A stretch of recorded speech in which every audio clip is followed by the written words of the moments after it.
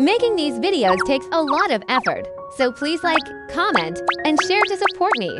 Thank you so much. Hello everyone! In the previous tutorial, we covered circular crochets in a tube shape, as well as how to work slip stitches. In this episode, I'll walk you through another method of crocheting in the round, this time creating an oval shape. This method starts with a foundation chain. You first crochet a chain that acts as the central axis of the piece. Then work around both sides of that chain.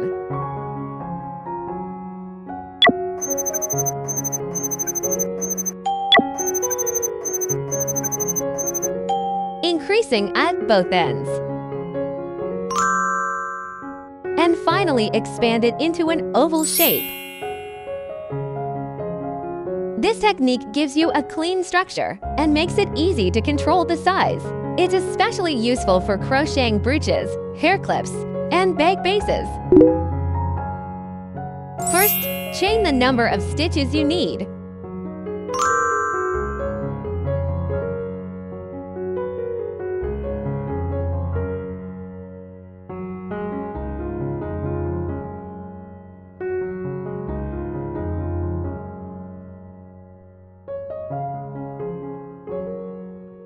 Then make a turning chain. For more details on turning chains, check out episode 4.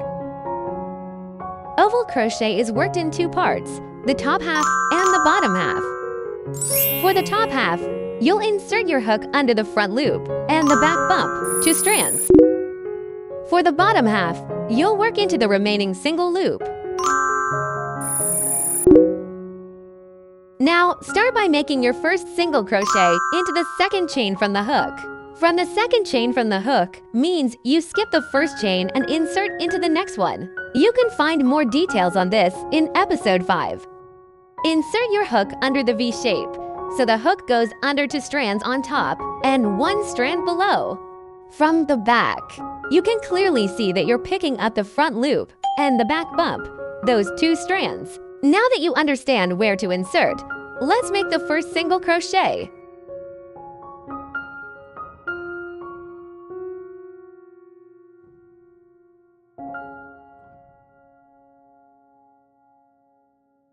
First single crochet done. Place a stitch marker in this first single crochet to mark it as the first stitch. Continue making single crochets until you reach the end of this row. Each time you insert your hook, double check that you're picking up 2 strands.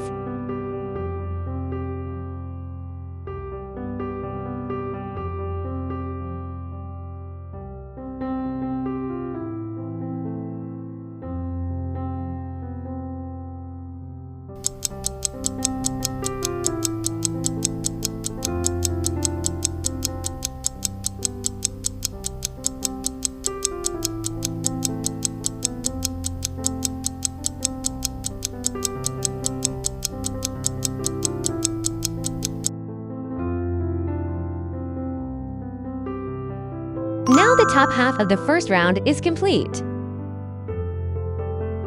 Next, we'll create the curve at the end of the foundation chain by working increases. If you need a refresher on increases, check out episode 6. The number of stitches you increase at the turn determines the curve. More stitches give a smoother curve, but too many can make it crowded. Also note that at the very first turn on the foundation chain, you should use an odd number of increases, for example 3 or 5 stitches. This makes the middle stitch the central point of the curve, so the stitches on both sides are balanced and the shape stays even. Here we'll use 3 increases, which in written diagrams is shown as W. The symbol looks like 3 single crochets in 1 stitch. I've drawn it this way to make it easier to understand. Now I'll demonstrate how to work the 3 increase turn.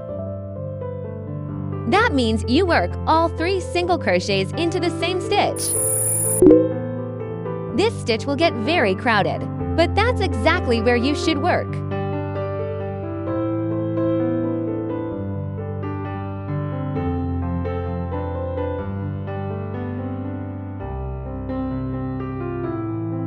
First single crochet of the turn completed. Place a stitch marker on each of the 3 stitches you make at the turn. Work the second single crochet into the same stitch.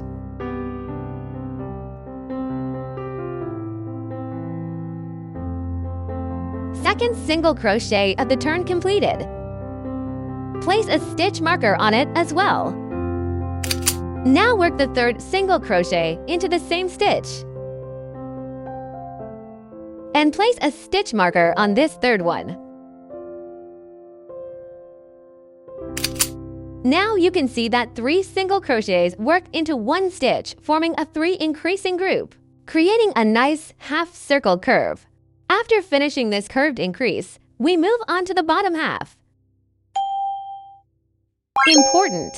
The first stitch of the bottom half is also worked into that same crowded stitch, because it is both the last stitch of the foundation chain and the first stitch of the bottom side.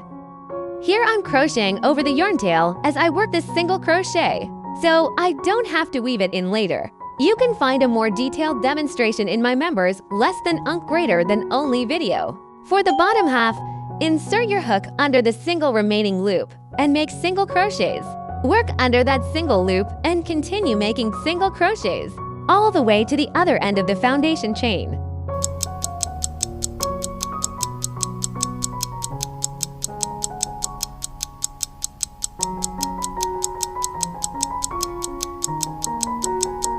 Last single crochet of the bottom half done. Now the bottom half is complete. Now we need to work the turn at this end. The insertion point is the same stitch, where we just worked the last single crochet of the bottom half. And it's also the first stitch at the top half, so it will be very crowded. Start making the turn stitches. Place a stitch marker on each turn stitch. The method here is exactly the same as the previous turn. Don't forget the stitch markers, otherwise it's easy to miscount when you work the next round. Now we've made the 3 turn stitches and placed markers on them. Now you can clearly see the oval shape forming. Join the last stitch to the first stitch with a slip stitch to close the round. For a detailed explanation of the slip stitch, check out the previous episode. This completes round 1. If you cut the yarn here, you'll have a neat oval shape. But we'll expand it further, because the crocheting from round 2 onwards is a little different. Let's start round 2. First, at the beginning of each round, make a turning chain. Since we're using single crochet, we chain 1.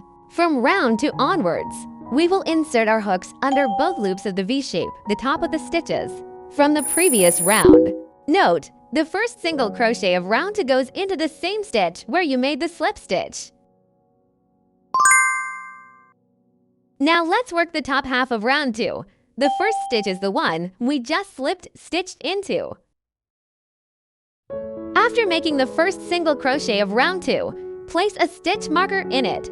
This will help you avoid accidentally slipping stitching into the turning chain at the end. Continue making single crochets under both loops until you reach the end.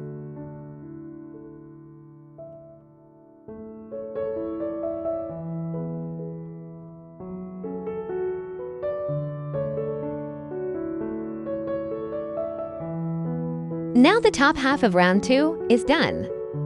We ray at the curve again, as shown in the diagram. For round 2, you need to work single crochet increases into each of the 3 turn stitches from round 1. A single crochet increase means working to single crochets into the same stitch.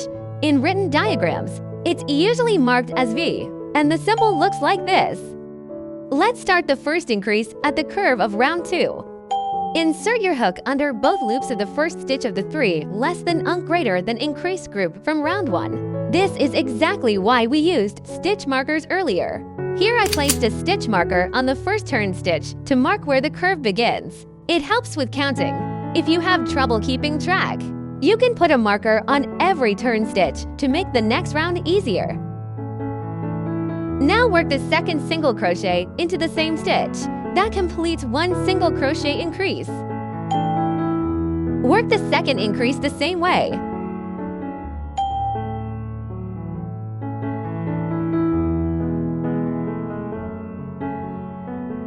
Second increase done. Now work the third increase.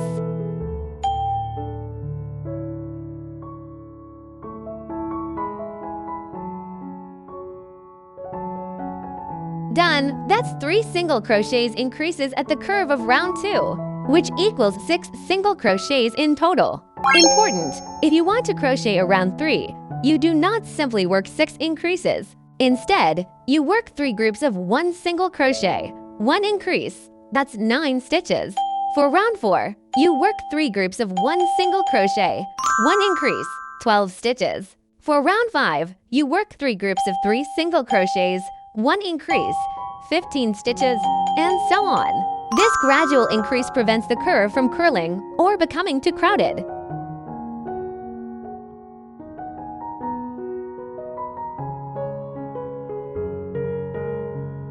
Now continue with the bottom half of round 2. Work single crochets under both loops all the way to the end.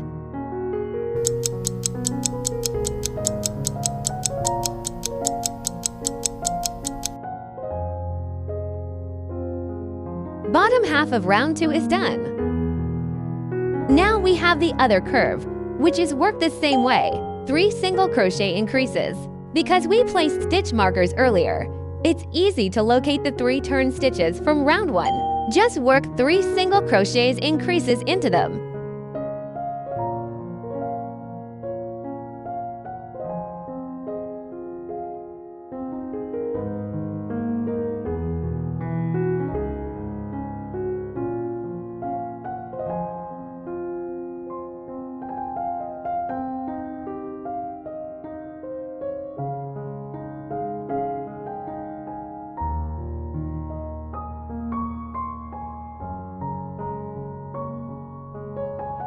Curve increases are finished. Note, the double less than greater than loop structure right here is the slip stitch from the previous round, so it doesn't count as a stitch. Be careful not to work into it by mistake. Join the last stitch to the first stitch of round 2 where your stitch marker is with a slip stitch to close the round.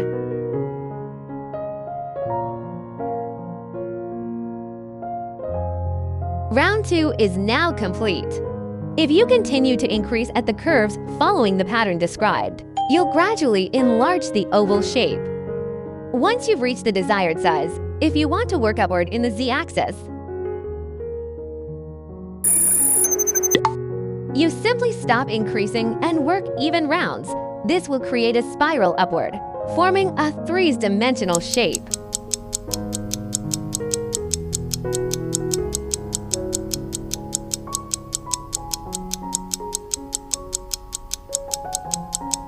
After crocheting 2 rounds without increases, the piece now stands up around the edges, looking like a boat.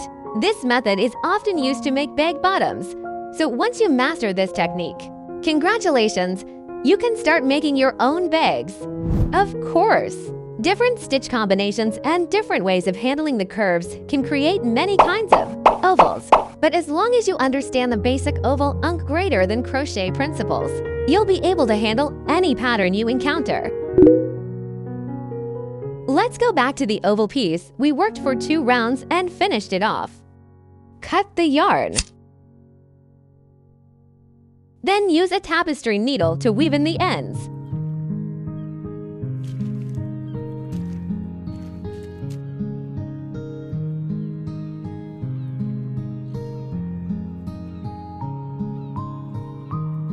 After weaving, trim the excess yarn. I used hot glue to attach a hair clip to the back of the oval. This little applique came from an old piece of clothing. I glued it onto the other side. Now we have a cute hair clip. Isn't it super simple? That's everything for this tutorial. I hope you found it helpful. Please continue to support my channel. Likes, comments, and shares mean the world to me. Thank you so much for watching, and I'll see you in the next episode.